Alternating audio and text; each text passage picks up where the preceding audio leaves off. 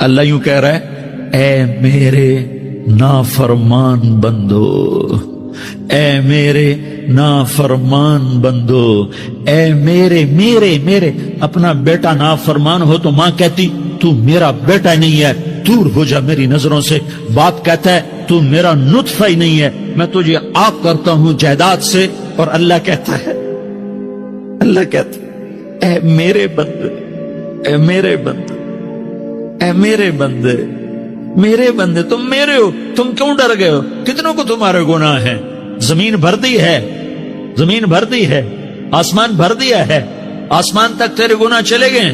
اور نہیں تھوڑے سے تو تیرے گناہ ہیں۔ لا تقنطوا من رحمت اللہ ان اللہ یغفر الذنوب جميعا، میری رحمت سے مایوس نہ ہو، تم توبہ کرو میں تمہارے سارے گناہ معاف کروں گا۔ تم توبہ کرنے والے بنو، میں تمہارے سارے معاف کروں گا۔ یا عبادی الذین اسرفوا علی انفسہم، اے میرے نافرمان بندو آ جاؤ مجھے منا لو، مجھے راضی کر لو۔ من تقرب الی تلقیتہ من بعید، تم مجھے راضی کرنے آؤ، میں آگے بڑھ کے تمہارا استقبال کروں گا۔ کوئی ناراض، میں کسی سے ناراض ہو جاؤں، وہ مجھے منانے آئے تو میں اس کا استقبال کروں گا یا منہ موڑ کے بیٹھوں گا اور اسے سلواتیں سناؤں گا، جلی کٹی سناؤں گا؟ میرا رب کہتا ہے لیاری کا جو مجھے راضی کرنے آتا ہے میں آگے بڑھ کے اس کا استقبال کرتا ہوں۔ میں کہتا ہوں آجا میرا بندہ، میں تو کب سے تیرے انتظار میں تھا کہ کب توبہ کرے گا اور میں معاف کروں گا، کب توبہ کرے گا اور میں معاف کروں گا۔ اللہ کو اپنا بناؤ، اس کے در پر جھکنے کے ساتھ۔ ہمارے گناہوں کی حیثیت کوئی نہیں ہے۔ بنی اسرائیل میں ایک آدمی نے 99 قتل کیے، اس کو خیال آیا میں توبہ کروں، ایک عبادت گزار کے پاس گیا اور اس سے پوچھنے لگا میں نے 99 قتل کیے ہیں، میری توبہ ہو سکتی ہے؟ اس نے کہا ہرگز نہیں، تو بڑا ظالم ہے، تیری کوئی توبہ نہیں۔ اس کو غصہ چڑھا، اس نے اسے بھی قتل کر دیا، 100 کر دیے۔ پھر اس کو خیال آیا میں توبہ کروں، تو وہ ایک عالم کے پاس گیا اور اس سے پوچھنے لگا میں نے 100 قتل کیے ہیں، کیا میری توبہ ہو سکتی ہے؟ کہ بیٹا کیوں نہیں ہو سکتی توبہ؟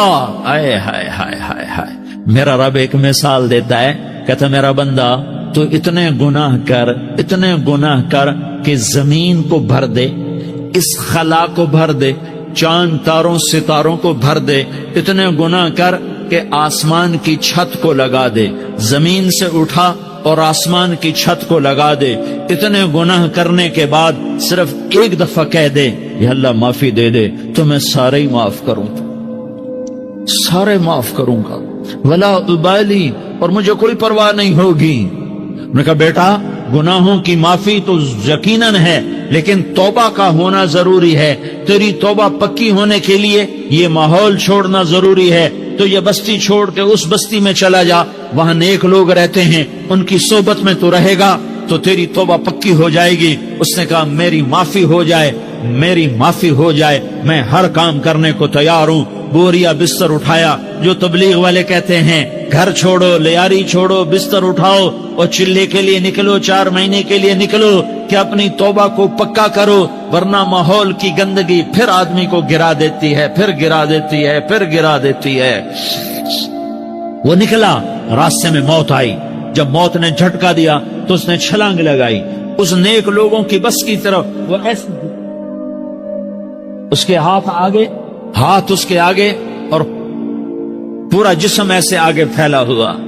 اللہ تعالیٰ نے لیاری والوں کو قصہ سنانا تھا تو دونوں فرشتے بھیج دیے، جنت کا بھی آ گیا، جہنم کا بھی آ گیا۔ جہنم والے کہنے لگے مجرم ہے، ہتھ کڑی لگاؤ۔ جنت والے کہنے لگے مہمان ہے، سہرے پہناؤ۔ جہنم والے کہنے لگے توبہ ادھوری ہے، ابھی توبہ پکی نہیں ہے، ابھی نیک لوگوں کے شہر کو پہنچا ہی نہیں ہے کہ موت آ گئی۔ اور جنت کے میں کہنے لگے نہیں، توبہ ارادے سے ہو جاتی ہے، ارادہ کر لیا توبہ ہو گئی، ہمارا مہمان ہے۔ اللہ نے تیسرا فرشتہ بھیجا، جاؤ فیصلہ کرو۔ کیا فیصلہ کرو؟ وہ یہاں مرا پڑا ہے، یہ اس کی بستی ہے، یہ نیک لوگوں کی بستی ہے، وہ یہاں مرا پڑا تھا۔ اللہ تعالیٰ نے کہا فیصلہ کیا کرتا ہوں کہ یہ فاصلہ ناپو، اگر گھر کے قریب ہے تو دوزخ والے لے جاؤ، اگر نیک لوگوں کی بستی کے قریب ہے تو جنت والے لے جاؤ، یہ میرا فیصلہ ہے۔ ہائے ہائے واہ میرا رب، میں تیرے قربان۔ ہوا کیا تھا، وہ گھر کے قریب تھا اور نیک لوگوں کی بستی سے دور تھا۔ جب ناپنے لگے تو اللہ تعالیٰ نے ادھر والی زمین سے کہا جو نیک لوگوں کی بستی کی طرف سے تھی، اللہ تعالیٰ نے اس زمین سے کہا سکڑ جا، اور جو گھر والی زمین تھی اس کو کہا پھیل جا۔ ادھر کی زمین کو پھیلا دیا اور ادھر کی زمین کو سکیڑ دیا۔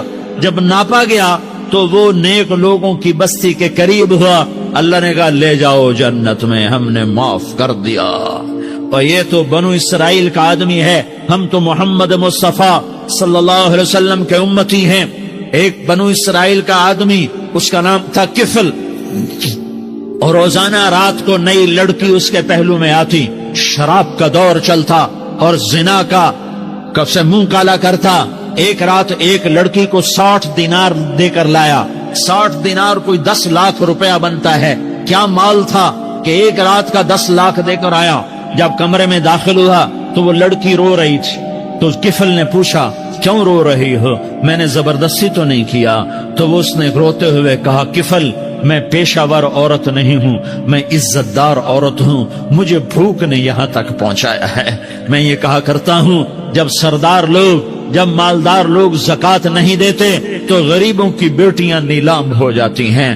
مالداروں سے کہتا ہوں، ان سرداروں سے کہتا ہوں کہ اللہ کے نام پر دیا کرو کہ غریبوں کی بیٹیوں کی عزتیں بحال رہیں۔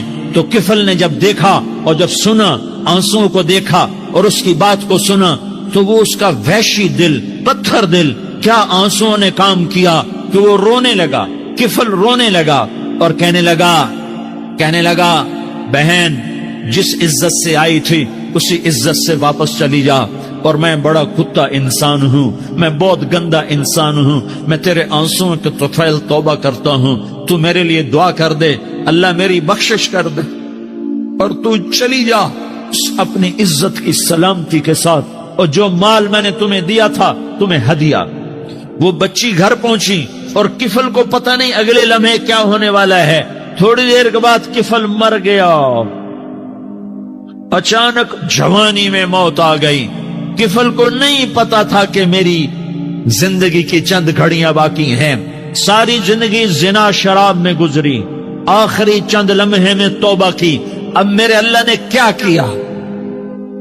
اللہ، ارے اللہ کے بن جاؤ، ہاتھ جوڑتا ہوں، اللہ کے بن جاؤ، اللہ کو اپنا بنا لو، اللہ کو اپنا بنا لو، اللہ کو اپنا بنا لو، اللہ سے دوستی لگا لو، اللہ سے یاری لگا لو، اللہ کے آگے سر جھکا لو، ایک دوسرے سے محبت والے بن جاؤ۔ ہاں یہ وہ شخص تھا، کل اس کی میت کو دیکھ کر کوئی اس کو کندھا دینے نہ آتا، اس کے اپنے بھی اس کو غسل نہ دیتے، اس کے اپنے اس کو کفن نہ دیتے۔ یہ ایسا ظالم بدماش نافرمان تھا۔ ہاں سنو، کفل موسیٰ علیہ السلام کا امتی، طارق جمیل محمد مصطفیٰ کا امتی، سردار عزیر محمد مصطفیٰ کا امتی۔ ہمارے پیچھے محمد مصطفیٰ کے آنسو ہیں، آہیں ہیں، سسکیاں ہیں، فریادیں ہیں، دعائیں ہیں۔ یہ بنی اسرائیل کے گناہگار کے لیے کیا کر دیا۔ اگر یہ صبح پایا جاتا مردہ تو اس کا کوئی کندھا دینے والا نہ ہوتا، نہلانے والا نہ ہوتا، اسے پتھروں میں دبا دیتے۔ صبح ہوئی تو لوگوں نے دیکھا کفل کے دروازے پر بہت بڑا جیسے بینر لگا دیا جاتا ہے، پورا بینر لگا ہوا تھا، کفل کے دروازے پر لکھا ہوا تھا ان اللہ قد غفر للکفل، لوگوں اللہ نے کفل کو معاف کر دیا۔ کیا مطلب تھا معاف کر دیا؟ کہ جاؤ جنازہ پڑھو، جاؤ دفن کرو، جاؤ غسل دو، جاؤ کفن دو، میں نے کفل کو معاف کر دیا۔ میرے بھائیو اپنے اللہ سے اپنا تعلق بناؤ، اور اللہ سے تعلق بنتا ہے توبہ کے ساتھ، اس کے در پر حاضری دینے کے ساتھ، اور محمد مصطفیٰ صلی اللہ علیہ وسلم کی غلامی کے ساتھ۔ اللہ کو ایک ہی ہستی سے پیار ہوا، وہ محمد الرسول اللہ ہیں۔ ایک ہی سے محبت کی، وہ محمد الرسول اللہ ہیں، ایک کو اپنا حبیب بنایا، وہ محمد الرسول اللہ ہیں، ایک کو خاتم الانبیاء بنایا، وہ محمد الرسول اللہ ہیں، ایک کو حبیب اللہ بنایا، وہ محمد الرسول اللہ ہیں، ایک کو سارے عالم کا نبی بنایا، وہ محمد الرسول اللہ ہیں، ایک کو رحمت للعالمین بنایا، وہ محمد الرسول اللہ ہیں، ایک کو شافع محشر بنایا، وہ محمد الرسول اللہ ہیں، ایک کو ساقی کوثر بنایا، وہ محمد الرسول اللہ ہیں، ایک کے ہاتھ میں چابی پکڑائی وہ جنت کی، وہ محمد الرسول اللہ ہیں، ایک کے لیے جنت کو مزین مسخر فرمایا اور آپ کے بغیر جنت کے دروازہ نہیں کھل سکتا اس کا اعلان فرمایا، وہ محمد الرسول اللہ ہیں۔ اللہ سے جڑنے کا سردار عزیر ہو یا اس کا گن مین ہو، طارق جمیل ہو یا اس کا ملازم ہو، دونوں کے لیے ایک ہی راستہ ہے، ایک ہی راستہ ہے، ایک ہی راستہ ہے۔ یہ میری بہنیں جو جمع ہیں ان کے لیے ایک ہی راستہ ہے کہ حضرت محمد مصطفیٰ صلی اللہ علیہ وسلم کی غلامی میں آ جائیں، ان کے طریقوں پر آ جائیں، ان کے راستوں پر آ جائیں، ان کی زندگی کو اپنی زندگی بنا لیں۔ میرے نبی کی زندگی محفوظ ہے، یہ کائنات کا سب سے افضل، سب سے اعلیٰ، سب سے برتر، سب سے اجمل، سب سے اکمل، سب سے ابہا، سب سے انور، سب سے اتم، سب سے اجل، سب سے انور، سب سے کمال والا، جمال والا، حسن والا محمد بن، یہ میرے نبی کا نسب ہے، یہ میرے نبی کی پیڑھی ہے۔ دنیا میں کسی سردار کا نسب محفوظ نہیں، کسی سردار کی پیڑھی محفوظ نہیں، کسی بادشاہ کا نسب محفوظ نہیں، کسی بادشاہ صدر وزیر کی پیڑھی محفوظ نہیں۔ یہ محمد مصطفیٰ ہے، یہ محمد ہے، یہ احمد ہے، یہ ماہی ہے، یہ حاشر ہے، یہ عاقب ہے، یہ فاتح ہے، یہ خاتم ہے، یہ ابو القاسم ہے، یہ طٰہٰ ہے، یہ یاسین ہے۔ جو امت کے لیے جتنا میرا نبی رویا کوئی نہ رویا، جتنا تڑپا کوئی نہ تڑپا، جو دکھ میرے نبی نے دیکھے اس امت کو بنانے میں، بچپن سے لے کر دنیا سے جانے تک کوئی نبی نہیں دیکھ سکتا۔ کوئی نبی ایسے یتیم پیدا نہیں ہوا، کوئی نبی ایسے یتیم پیدا نہیں ہوا، کوئی نبی ایسے فقر میں پیدا نہیں ہوا کہ کوئی عورت دودھ پلانے کے لیے تیار نہ ہو۔ کسی نبی کی ماں کو اللہ نے ایسے جنگل میں موت نہیں دی جیسے میرے نبی کی ماں کو اللہ نے جنگل میں اٹھایا۔ کسی نبی کی ماں کو اللہ نے اتنے بچپن میں موت نہیں دی جیسے میرے نبی کو، میرے نبی کی ماں کو میرے اللہ نے صرف میرے نبی کی عمر 6 سال، ماں کے پیٹ میں 2 مہینے کے ہیں اور باپ کا انتقال ہو گیا 25 سال کی عمر میں پیدا ہوئے ہیں، پتہ نہیں ہے باپ کا، باپ دیکھا ہی نہیں ہے، 6 سال کے ہو گئے ہیں، سارا کچھ ماں ہے، باپ بھی ماں ہے، ماں بھی ماں ہے، بہن کوئی نہیں تو بہن بھی ماں ہے، بھائی کوئی نہیں تو بھائی بھی ماں ہے، کوئی 6 برس کے بچے کا دوست کیا ہے، دوست بھی ماں ہے، اور سب کچھ ماں ہے، اور گود بھی ماں کی، کھلانے والی بھی اماں، سلانے والی بھی اماں، چلانے والی بھی اماں، بٹھانے والی بھی اماں۔ میرے نبی کو تو ماں کی ضرورت ہے کہ میرا نبی جوان ہوتا، شادی کرتا، اولاد ہوتی، پھر ماں کا سہارا لے لیا جاتا۔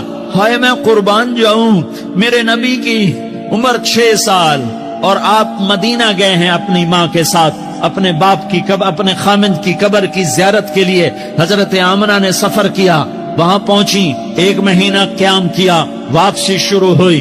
ابوا کے مقام پر 3 افراد، ام ایمن، میرا نبی، میرے نبی کی ماں، 3 افراد۔ سن 2000 میں ابوا گیا، ابوا کے آگے جنگل میں گیا اور حضرت آمنہ کی قبر کو ڈھونڈا۔ میں نے زندگی سفروں میں گزار دی، میری زندگی ساری سفروں میں گزری اور سفروں میں کیفیات واردات مختلف دیکھی۔ میں بیت اللہ کے اندر 2 دفعہ داخل ہوا اور وہاں نمازیں پڑھی، نفل پڑھے، پر جو کیفیت میں نے حضرت آمنہ کی قبر پہ دیکھی میں نے بیت اللہ کے اندر بھی نہ دیکھی، کہ میں وہاں کھڑا ہوا 1400 سال پیچھے دیکھ رہا تھا، چاروں طرف جنگل تھا، چاروں طرف کالے پہاڑ تھے اور کانٹے دار جھاڑیاں تھیں اور چھوٹے چھوٹے کیکر تھے اور سخت ان کے کانٹے تھے، بڑے بڑے پتھر تھے، نوکیلے سنگریزے تھے اور سیاہ کالے پہاڑ تھے اور چاروں طرف سن 2000 میں انسان نام کی شے نہ تھی۔